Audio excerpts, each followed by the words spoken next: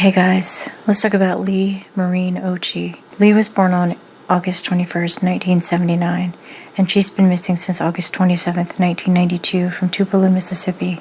At the time of her disappearance, she was 13 years old, 4 feet 10, and 95 pounds. She's a Caucasian female with blonde hair and hazel eyes. She has a strawberry birthmark at the base of her skull, small scratch scars on her right leg, and bumps on the skin of both of her knees. Her ears are pierced. She has a lazy left eye and wears eyeglasses. Her blood type is either A or O. Leigh was last seen at her family's residence in the 100 block of Honey Locust Drive in Tupelo, Mississippi on August 27, 1992. Her mother, Vicki Felton, saw her before leaving for work at 7:35 a.m. Leigh planned to attend an open house at her school that day and was waiting for her grandmother to come pick her up. It was the first time her mother had left her at home alone. There were heavy storms that day as Hurricane Andrew moved over the area, and Leigh's mother was concerned for her as a result. Her mother tried to call her at 8:30 a.m. but got no answer. She tried to call once more before returning home, but there was still no answer.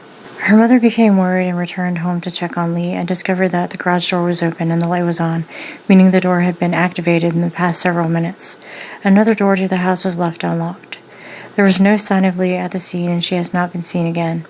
Her mother called the police at 9 a.m. to report Leigh's disappearance. There were no signs of forced entry into the home, but there were some indications that a struggle had taken place.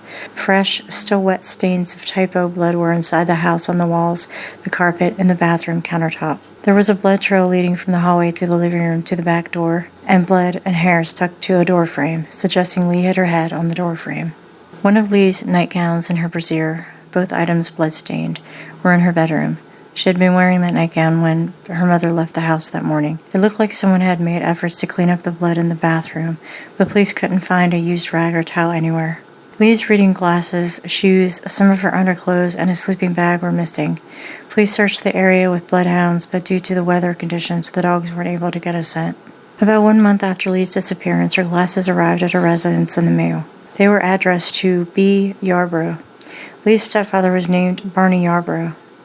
He and Leigh's mother had separated a short time before her disappearance. The street name and the address on the envelope was misspelled Honey Locust, HONYLOCUST,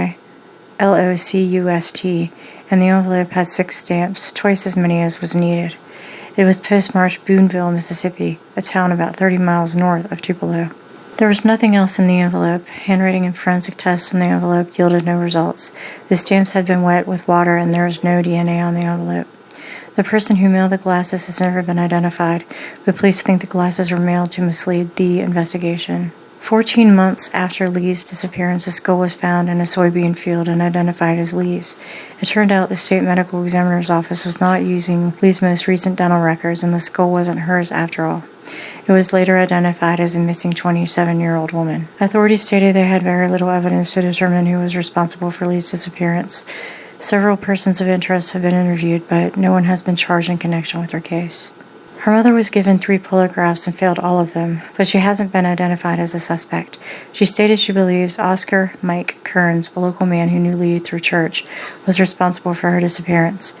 9 months after Leigh's disappearance, Kearns abducted a 15-year-old girl from her home in Memphis, Tennessee, essayed her, and released her. He had also known the victim through church. Kearns pleaded guilty to RAPE and was sentenced to 8 years in prison, but was released after less than 4. After his release, he kidnapped a married couple and RAPED the wife and was sent back to prison. He was scheduled for release in 2019. He has refused to be interviewed or polygraphed about Leigh's disappearance. Leigh resided alone with her mother at the time of her disappearance. She was about to begin the 8th grade at Tupelo Middle School. Her father, who divorced from her mother in 1981, was in the United States Army and was stationed out of state. Her mother is also a veteran of the armed forces. Leigh's father got emergency leave from the military after her disappearance and moved to Tupelo with his family so he could assist in the search for his daughter. He stated although he wasn't able to see Leigh often due to his military obligations, they had a close relationship. He believes someone within the family was involved in Leigh's disappearance.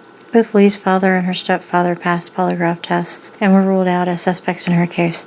Her stepfather is now deceased, and her mother lives in Michigan. Leigh's boyfriend, who was 11 years old at the time of Leigh's disappearance, was never questioned by the police. Foul play is strongly suspected in Leigh's disappearance, which remains unsolved.